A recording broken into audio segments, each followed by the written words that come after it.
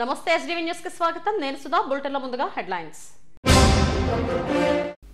గ్రామ ward సచివాలయాలను vision యూనిట్లుగా మార్చి సమర్థవంతంగా నిర్వహించాలి అధికారుల సమీక్షలో సీఎం చంద్రబాబు ఆదేశం సబ్ రిజిస్ట్రార్ కార్యాలయాల్లో డాక్యుమెంట్ రైటర్లే కీలకంగా వ్యవహరిస్తున్నారు తనిఖీల నివేదికను ప్రభుత్వానికి సమర్పిస్తామన్న ఏసీబీ అధికారులు దేశంలోని తొలిసారిగా జీరో వేస్ట్ కాన్సెప్ట్ తో భాగస్వామ్య సదస్సు నిర్వహిస్తాం స్వచ్ఛంద కార్పొరేషన్ చైర్మన్ పట్టాభిరామ్ వెల్లడి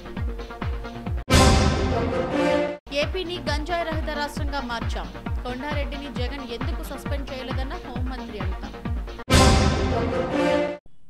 గ్రామ వార్డు సచివాలయాలను విజన్ యూనిట్లుగా మార్పు చేస్తున్నట్టు ముఖ్యమంత్రి చంద్రబాబు ప్రకటించారు సాంకేతికత ద్వారా ప్రజలకు సుపరిపాలన అందించాలని అధికారులను ఆదేశించారు అమరావతి సచివాలయంలో డేటా డ్రివెన్ గవర్నెన్స్ పాలనలో టెక్నాలజీ ఆర్టీజీఎస్ సమన్వయంపై మంత్రులు జిల్లా కలెక్టర్లు ఉన్నతాధికారులతో సీఎం సమీక్షించారు శాఖల వారీగా ఎవరు ఎన్ని దస్త్రాలను ఎన్ని రోజుల్లో క్లియర్ చేస్తున్నారో చెప్పాలన్నారు ఇటీవల తుఫానులో సాంకేతికత ఉపయోగించడం ద్వారా ప్రాణ ఆస్తి నష్టాన్ని తగ్గించగలగామని చెప్పారు డేటా ఆధారిత పాలన అత్యంత కీలకమైన అంశంగా మారిందన్నారు రూల్ ప్రకారం లేకపోవడంతో 60 నుంచి 70% పనులు లిటిగేషన్లో ఉంటున్నాయని చెప్పారు ఏఐని వాడి జీవోల ద్వారా లిటిగేషన్లు రాకుండా నివారించవచ్చునని సూచించారు దీర్ఘ మధ్య స్వల్పకాలిక లక్ష్యాలకు మేరకు ప్రణాళికలు రూపొందించి వాటికి అనుగుణంగానే విజన్ను రూపొందించామన్నారు టాస్క్ ఫోర్స్ ఏర్పాటు చేసి విజన్ ప్లాన్ ను అమలు చేస్తామని ప్రతి నియోజకవర్గానికి ఒక సీనియర్ అధికారి నేతృత్వంలో టాస్క్ ఫోర్స్ పనిచేస్తుందని చంద్రబాబు చెప్పారు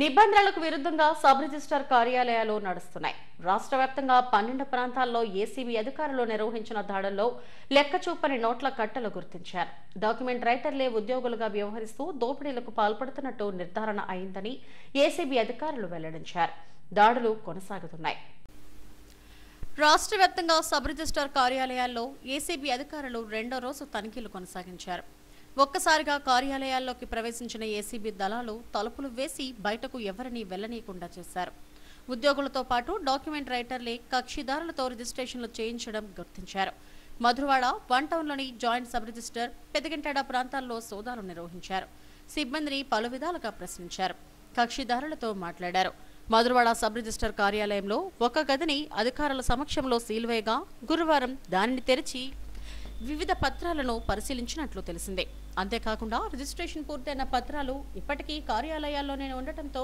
కార్యాలయ సిబ్బందిని ప్రశ్నించారు నగదుతో పాటు కొన్ని చోట్ల డాక్యుమెంట్ రైటర్లను కూడా ఏసీబీ అధికారులు ప్రశ్నించారు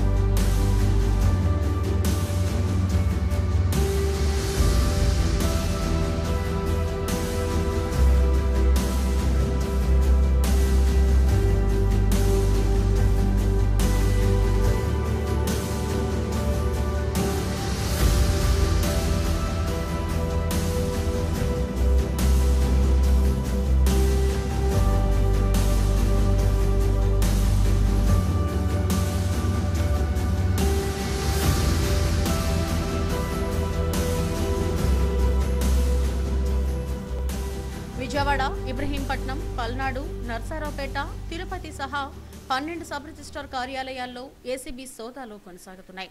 సోదాలు అనంతరం నివేదిక సిద్ధం చేసి ప్రభుత్వానికి సమర్పించనున్నట్టు సమాచారం. మసాజ్ సెంటర్ల ముసుగులో హైటెక్ వ్యభిచారం గుట్టును పోలీసులు రట్టు చేశారు.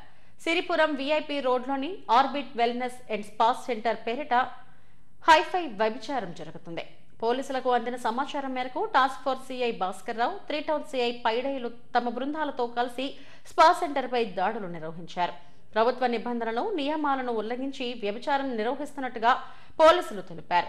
స్పా సెంటర్ నిర్వాహకులు కల్లూరి పవన్ కుమార్, జానా శ్రీనివాసులను పోలీసులు ప్రశ్నించారు.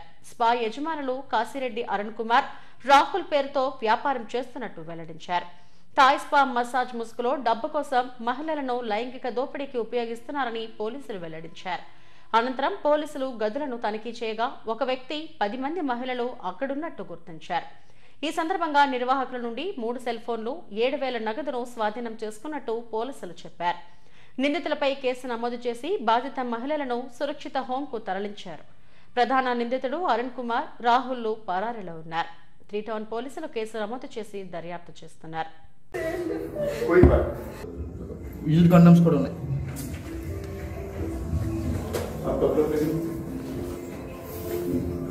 ఇక్కడ నుంచి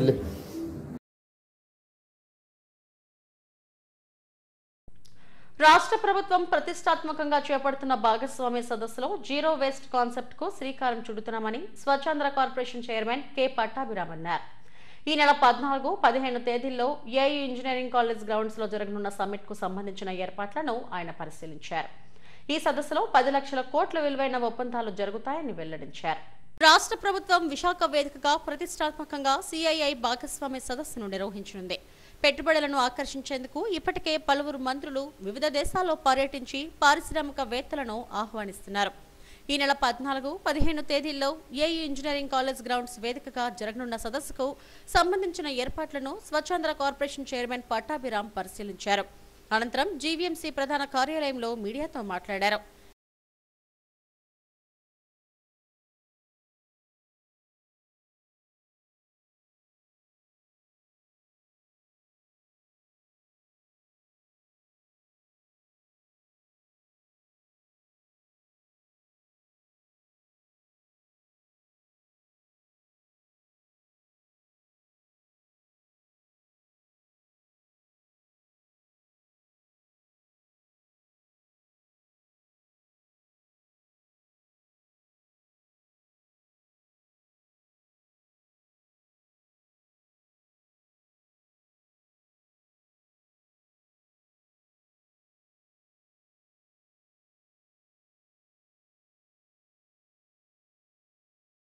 అంతర్జాతీయ స్థాయిలో జరిగే భాగస్వామ్య సదస్సులో జీరో వేస్ట్ కాన్సెప్ట్ కు శ్రీకారం చుడుతున్నామని పట్టాభిరామ్ అన్నారు.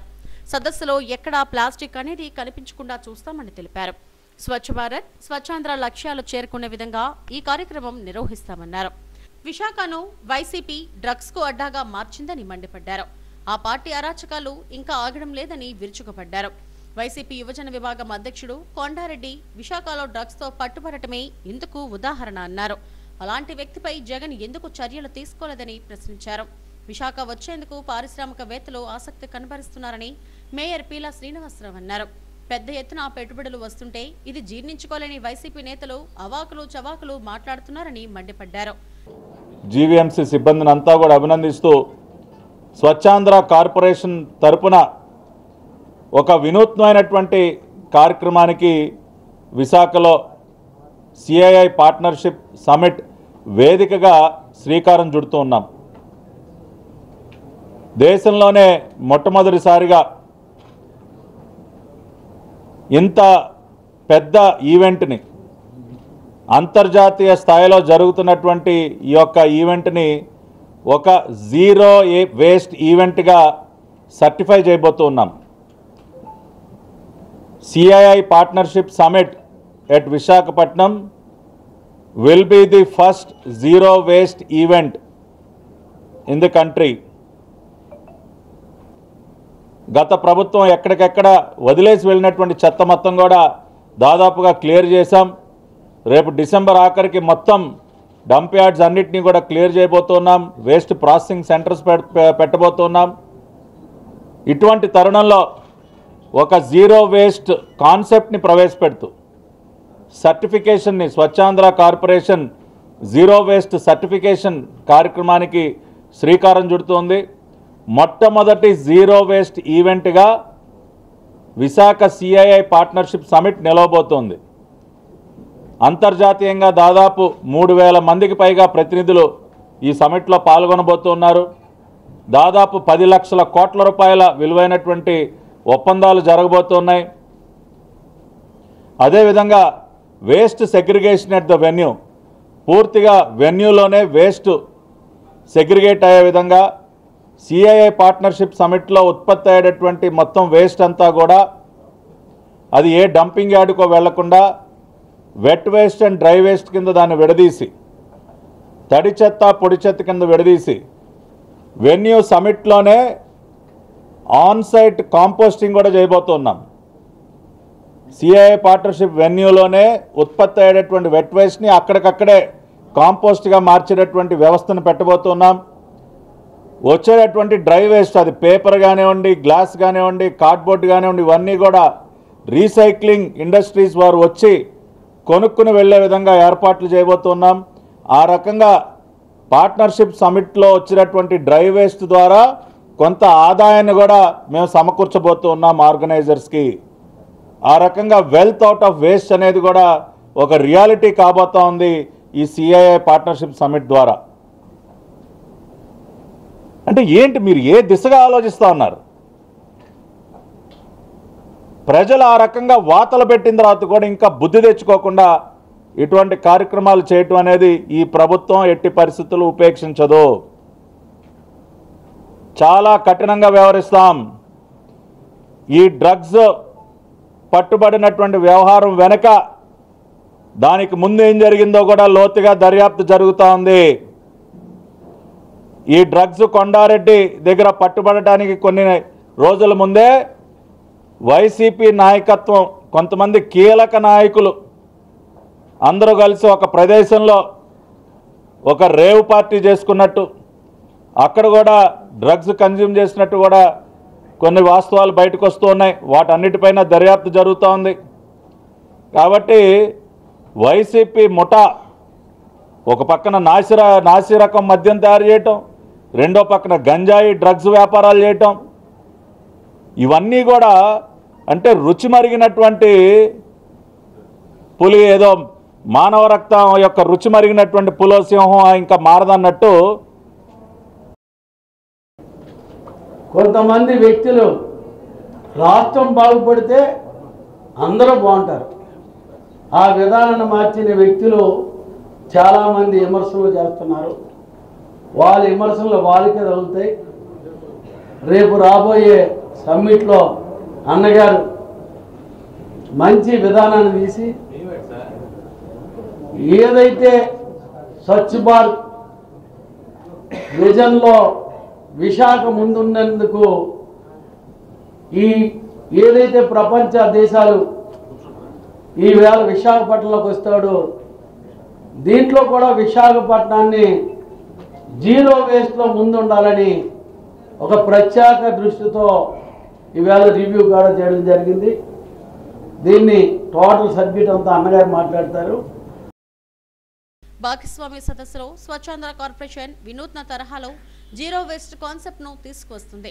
ప్లాస్టిక్ లేకుండా చర్యలు చేపట్టడంతో పాటు వేదిక వద్దే వేస్ట్ సాగ్రిగేషన్, డ్రై వేస్ట్ కొనుగోలు చేసేలా ప్రణాళికలు సిద్ధం చేశారు. వైసీపీ నేతల వెంట తమ పిల్లలను పంపించే విషయంలో తల్లిదండ్రులు అప్రమత్తం కావాలని హోంమంత్రి అనిత పిలుపునిచ్చారు. రాష్ట్రంలో డ్రగ్స్, గంజాయిని వ్యాప్తి చేయాలని చూస్తున్న వైసీపీ వెంట విద్యార్థులు, యువత తిరగకుండా చూసుకోవాలని సూచించారు. మంగళగిరిలో ఆమె మీడియాతో మాట్లాడారు. డ్రగ్స్ వద్దు బ్రో అనే ప్రభుత్వం అంటుంటే జగన్ నేతృత్వంలోని వైసీపీ ఇంకా డ్రగ్స్ తీసుకో బ్రో అని ప్రోత్సహిస్తుందని ధ్వజమెత్తారు. విద్యార్థులు, యువత జీవితాలను నాశనం చేయడానికి జగన్ కంకణం కట్టుకున్నారని విమర్శించారు. తన ధనదాహంతో విద్యార్థుల భవిష్యత్తును తుంచేయాలని జగన్ చూస్తున్నారన్నారు. డ్రగ్స్ కేసులో వైసీపీ నేత కొండారెడ్డి అడ్డంగా దొరికితే జగన్ శిక్షణ కార్యక్రమాలు నిర్వహిస్తున్నందుకు సిగ్గుపడాలన్నారు. కొండారెడ్డిని పార్టీని సస్పెండ్ చేయకుండా విద్యార్థి విభాగానికి సమావేశాలు పెట్టడాన్ని ఎలా చూడాలని నిలదీశారు. ఎతికి ఎక్కడో చివరిన ఒక చిన్న ఫోటోనో లేకపోతే ఒక చిన్న కామెంట్నో పట్టుకుని దానికి తెలుగుదేశం పార్టీని రంగును పొలవటానికని తీసుకొచ్చి చాలా ట్రై చేసి ఆర్టిస్టిక్గా తయారు చేసి సోషల్ మీడియాలో వదులుతారు. అది ప్రజలు నమ్మాలి, నమ్ముతారని ఆలోచిస్తారు.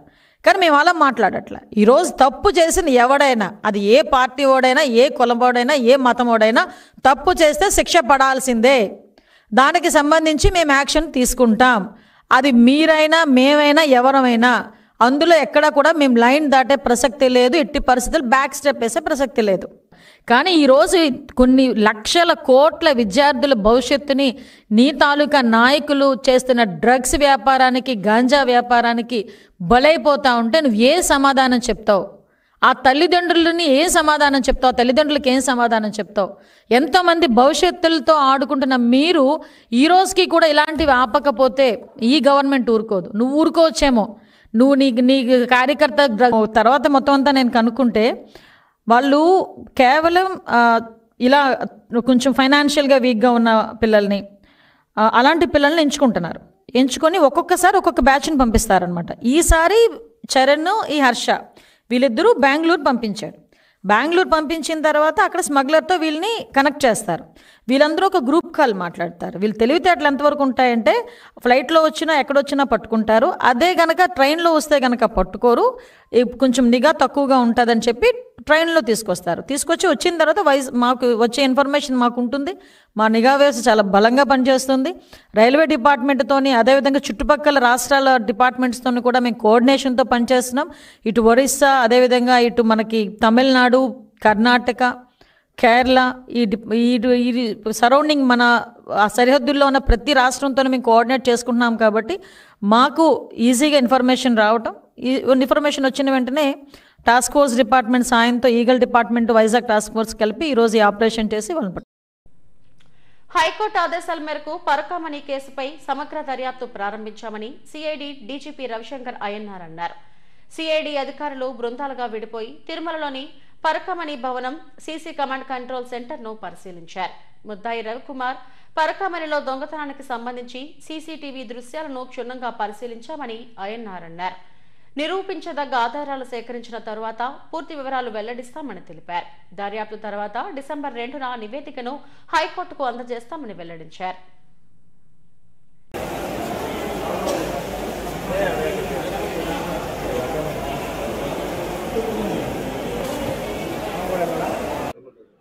ఈరోజు హైకోర్టు ఆర్డర్స్ ఏదైతే ఇచ్చిందో దాన్ని పట్టుకొని ఇప్పుడు మా సిఐడి టీం మొత్తం తీసుకొచ్చేసి వాళ్ళందరూ కూడా డ్యూటీలు అప్పచెప్పడం జరిగింది.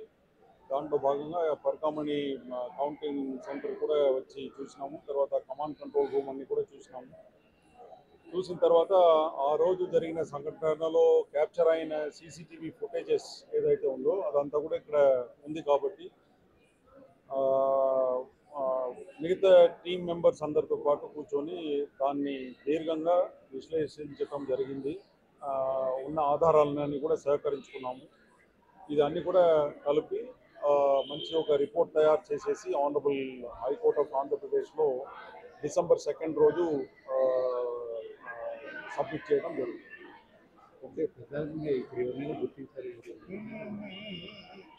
అది ఇప్పుడు ఫర్దర్ ఇన్వెస్టిగేషన్లో వస్తుంది. ఇప్పుడు ముందే అంతా చెప్పకూడదు, ఎందుకంటే we have to gather prosecutable evidence ఉంటేనే వాడిని నిందితుడుగా చెప్పడం కరెక్ట్. సో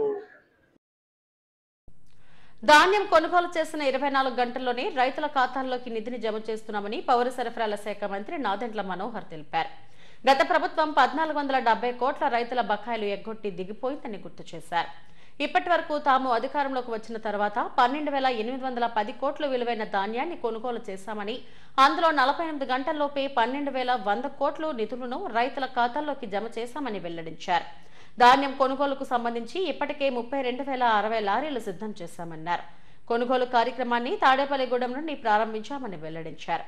ఇంతవరకు 50 లక్షల మెట్రిక్ టన్నుల ధాన్యాన్ని సేకరించామని, తుఫాను కారణంగా చెల్లింపుల్లో కొంత జాప్యం ఏర్పడిందని ఆయన తెలిపారు. చూసుకునే బాధ్యత మేము తీసుకున్నాం. 32,067 లారీల్ని మేము ఆల్రెడీ GPS ద్వారా సిద్ధం చేశాం. సో ధాన్యం కొనుగోలులో మొన్న తాడేపల్లిగూడెంలో మొట్టమొదటి ధాన్యం కొనుగోలు కేంద్రం ప్రారంభించడం జరిగింది ఖరీఫ్ మాసానికి. లో ఉన్న అనుభవాన్ని ఇంకా మెరుగుపరుచుకునే విధంగా నెలవారీ టార్గెట్ కాకుండా ప్రతి వారానికి మేము ఒక టార్గెట్ పెట్టుకుని ముందుకెళ్తున్నాం. ఎప్పటికప్పుడు సమీక్షించుకుంటూ 51 లక్షల మెట్రిక్ టన్నులు ఫుడ్ కార్పొరేషన్ ఆఫ్ ఇండియాకి భారతదేశంలో పండిస్తున్న ధాన్యంలో ప్రధానమైన భాగస్వాములుగా ఆంధ్రప్రదేశ్ రైతాంగానికి ఒక అద్భుతమైన అవకాశం మా కూటమి ప్రభుత్వం ఈరోజు కలిగిస్తోంది. ఇదే కాదు, గతంలో మీరు చూశారు కొన్ని సందర్భాల్లో రైతుల్ని తిప్పి 6 నెలల నుంచి 9 నెలలు కూడా పేమెంట్ కూడా ఇవ్వలేదు. 60 రోజుల్లో ఇస్తాం, 90 రోజుల్లో ఇస్తామని ఆ రోజు ముఖ్యమంత్రి గారు ప్రకటించినా వాళ్ళు అందించే వరకు 6 నెలల నుంచి 9 నెలలు కూడా పట్టింది. 1674 కోట్ల రూపాయలు రైతులకి బకాయిలు వదిలేసి వైఎస్ఆర్సీపీ ప్రభుత్వం జగన్మోహన్ రెడ్డి గారి నాయకత్వంలో ఆ రోజు పదవి విరమణ చేశారు. ఆ బకాయిలు చెల్లించడమే కాకుండా పేమెంట్ల విషయంలో కూడా ఒక కొత్త స్టాండర్డ్ ఏర్పాటు చేసుకున్నాం. మేము 48 గంటల్లోనే పేమెంట్ ఇస్తామని చెప్పాం.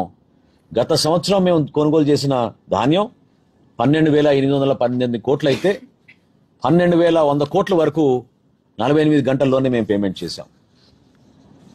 చివరి దశలో అకాల వర్షాల వలన కొంచెం జాప్యం జరిగింది తప్ప ఎక్కువ శాతం అంటే 87% మేము ధాన్యం కొనుగోలు చేసింది 48 గంటల లోపే మేము రైతాంగానికి అందించగలిగాం. ఈ సంవత్సరం ఇంకా అద్భుతమైన సంస్కారం తీసుకొచ్చాం. 24 గంటల్లోనే రైతు ఖాతాలో జమ చేసేటట్టు. విశాఖ నుంచి జైపూర్ వెళ్తున్న బస్సులో ఒక్కసారిగా మంటలు ఏర్పడ్డాయి. వెంటనే అప్రమత్తమైన డ్రైవర్ ప్రయాణికులను కిందకు దించేశాడు. దీంతో ప్రయాణికులకు ప్రాణ నష్టం తప్పింది. పార్వతీపురం మన్యం జిల్లా పాచిపెంట మండలం రోడ్డు వలస సమీపంలో ఒడిశా రాష్ట్రానికి చెందిన ఆర్టీసీ బస్సు అగ్ని ప్రమాదానికి గురైంది. ఆంధ్ర ఒడిశా ఘాట్ రోడ్ లో వెళ్తున్న బస్సు ఇంజన్లో ఒక్కసారిగా పొగలు వ్యాపించాయి. అగ్నిమాపక సిబ్బంది ఘటనా స్థలానికి చేరుకుని మంటలను అదుపు చేశారు. ఘటన జరిగిన సమయంలో బస్సులో 5గురు ప్రయాణిస్తున్నారు.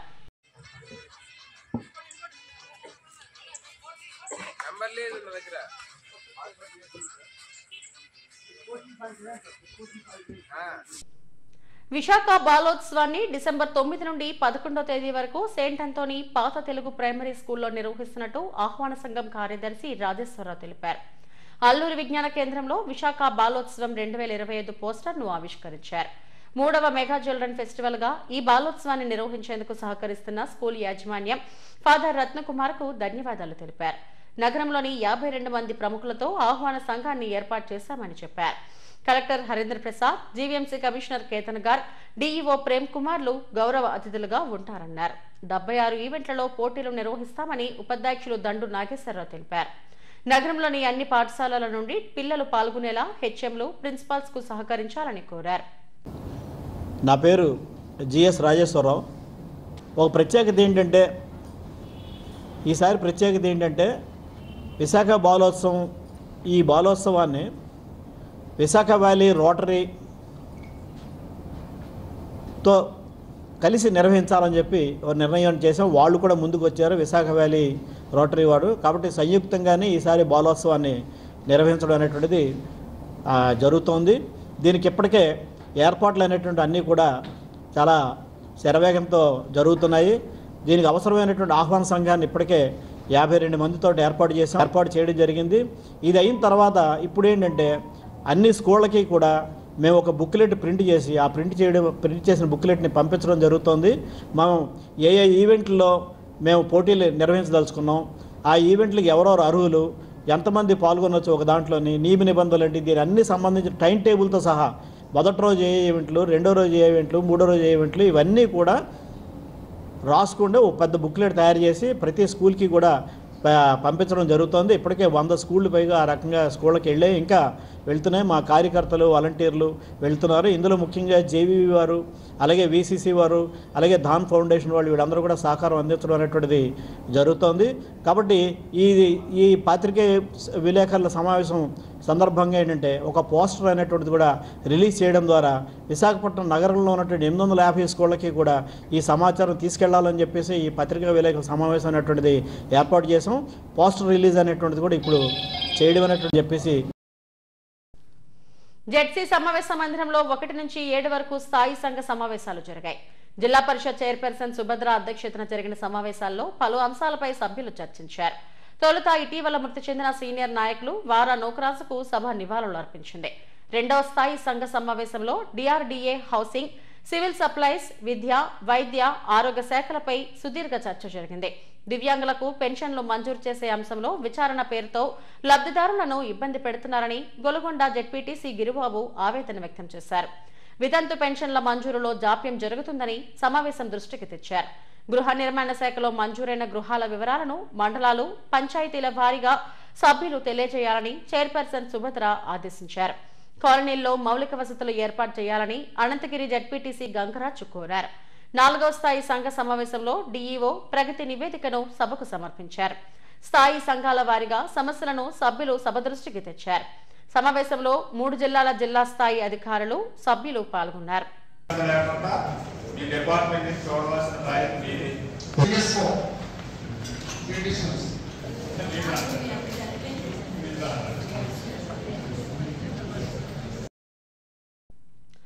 అందరూ ఆరోగ్యంగా ఉండాలన్నదే స్వచ్ఛాంధ్ర మిషన్ ఉద్దేశమని Swachhandhra corporation chairman K Pattabhiram అన్నారు. జీవీఎంసీ 76వ వార్డులోని డంపింగ్ యార్డ్ ను పరిశీలించారు. గత ప్రభుత్వం చేసిన పాపాలను కూటమి ప్రభుత్వం కడుగుతుందని పట్టాభి అన్నారు. ఈ డంపింగ్ యార్డ్ ను కూడా శుభ్రం చేయాల్సిన అవసరం ఉందన్నారు. ఎప్పటికప్పుడు చెత్తను తరలించే ఏర్పాటు చేస్తామని, సమీప ప్రాంతాలకు ఇబ్బంది లేకుండా చర్యలు తీసుకుంటామని వెల్లడించారు. ఈ కార్యక్రమంలో టీడీపీ గాజువాక ఇన్ఛార్జ్ ప్రసాదుల శ్రీనివాస్, కార్పొరేటర్లు పల్లా శ్రీను, గంధం శ్రీను, ఏఎంహెచ్ఓ కిరణ్ కుమార్ తదితరులు పాల్గొన్నారు. సమస్య యొక్క పరిష్కారానికి వారు నా సహాయాన్ని కోరటం, తప్పకుండా అన్న నేనే స్వయంగా వచ్చి మరి ఆ ప్రాంతాన్ని పరిశీలించి ఖచ్చితంగా ఆ సమస్యకు పరిష్కారం చేస్తామని హామీ ఇవ్వటం, మరి గత ఎన్నికల సందర్భంగా కూడా స్థానిక ప్రజల కోరిక మేరకు మరి మా పార్టీ రాష్ట్ర అధ్యక్షులు వారు అక్కడ ప్రజలకు కూడా హామీ ఇచ్చారు. అక్కడ వస్తున్నటువంటి దుర్వాసన కానీ ఇతర ఇబ్బందికర పరిస్థితులు ఏవైతే ఉన్నాయో వాటన్నిటినీ కూడా రూపుమాపుతామని చెప్పి వారు హామీ ఇవ్వటం, ఖచ్చితంగా వారు ఇచ్చిన హామీ వరకు ఆ సమస్య పరిష్కారానికి అతి త్వరలోనే జీవీఎంసీ అధికారులతో మాట్లాడి స్వచ్ఛాంధ్ర కార్పొరేషన్ తరఫున మేము పరిష్కరిస్తామని తెలియజేస్తా ఉన్నా.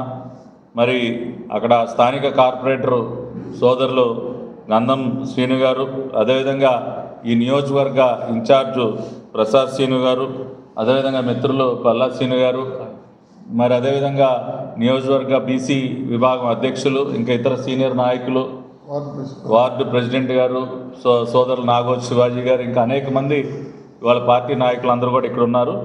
ఇప్పుడు అక్కడికి వెళ్ళి ఏదైతే మరి అక్కడ పేరుకుపోతున్నటువంటి ప్రతిరోజు డోర్ టు డోర్ కలెక్షన్ నుంచి వచ్చేటటువంటి చెత్త అక్కడ కొంత సమయం అక్కడే వదిలివేయటం వల్ల అత్యంత దుర్వాసన వస్తుంది. పక్కనున్నటువంటి గృహాల్లో ఉన్నటువంటి వారందరికీ కూడా ఇబ్బందికరంగా ఉంటుందని ఆ విషయాన్ని నా దృష్టికి తీసుకొచ్చారు.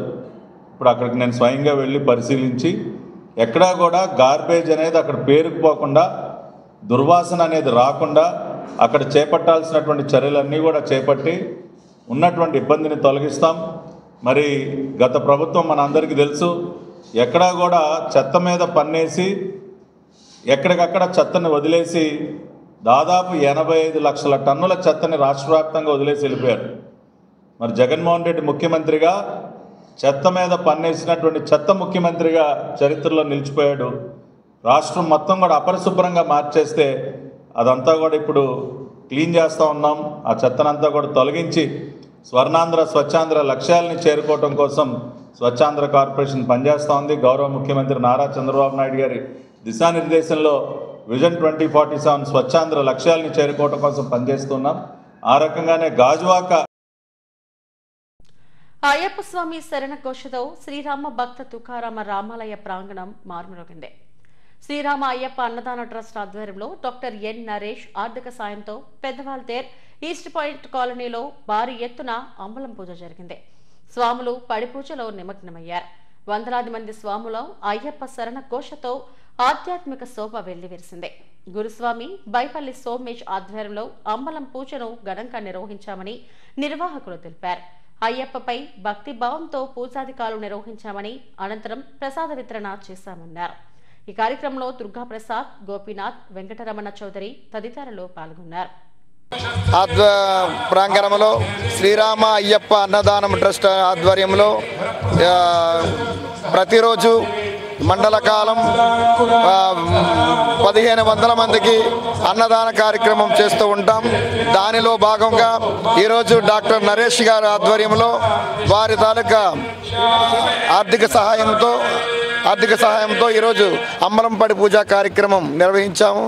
దానికి మేము 1000 మంది దాకా అయ్యప్ప స్వాములు మాల ధరించే ఇతర స్వాములు వస్తారని చెప్పి అంచనా వేస్తూ మేము మంచిగా ఏర్పాట్లు చేశాం. శ్రీరామ అయ్యప్ప అన్నదానం ట్రస్ట్ ఆధ్వర్యంలో రోజుకి 1500 మంది దాకా ప్రతి మాల ధరించే స్వాములందరికీ అన్నదానం చేస్తూ ఆ అన్నదానంలో భాగంగా ఈరోజు డాక్టర్ నరేష్ గారు ఆర్థిక సహాయంతో ఈ అంబలంపడి పూజా కార్యక్రమం ఏర్పాటు చేశారు. ఈ కార్యక్రమానికి మాల ధరించే భవానీలు, అయ్యప్పలు, ఇతర దీక్ష తీసుకునే స్వాములందరూ 1000 మంది పైగా వస్తారని చెప్పి భారీగా ఏర్పాట్లు చేశారు. అందరూ కూడా వచ్చే ఇంకొక కొద్ది నిమిషంలో అందరూ కూడా ఈ ప్రాంగణానికి వస్తారు. స్వామి శరణం, స్వామియే శరణం అయ్యప్ప. హెడ్లైన్స్ మరోసారి. గ్రామ వార్డు సచివాలయాలను విజన్ యూనిట్లుగా మార్చి సమర్థవంతంగా నిర్వహించాలి. అధికారుల సమీక్షలో సీఎం చంద్రబాబు ఆదేశం. సబ్ రిజిస్ట్రార్ కార్యాలయాల్లో డాక్యుమెంట్ రైటర్లే కీలకంగా వ్యవహరిస్తున్నారు. తనిఖీల నివేదికను ప్రభుత్వానికి సమర్పిస్తామన్న ఏసీబీ అధికారులు. దేశంలోని తొలిసారిగా జీరో వేస్ట్ కాన్సెప్ట్ తో భాగస్వామ్య సదస్సు నిర్వహిస్తాం. స్వచ్ఛంద కార్పొరేషన్ చైర్మన్ పట్టాభిరామ్ వెల్లడి. ఏపీని గంజాయి రహిత రాష్ట్రంగా మార్చాం. కొండారెడ్డిని జగన్ ఎందుకు సస్పెండ్ చేయలేదన్న హోంమంత్రి అడుగుతాం. ఇవి ఇప్పటివరకు నా బులెటిన్ అప్డేట్స్. నమస్తే.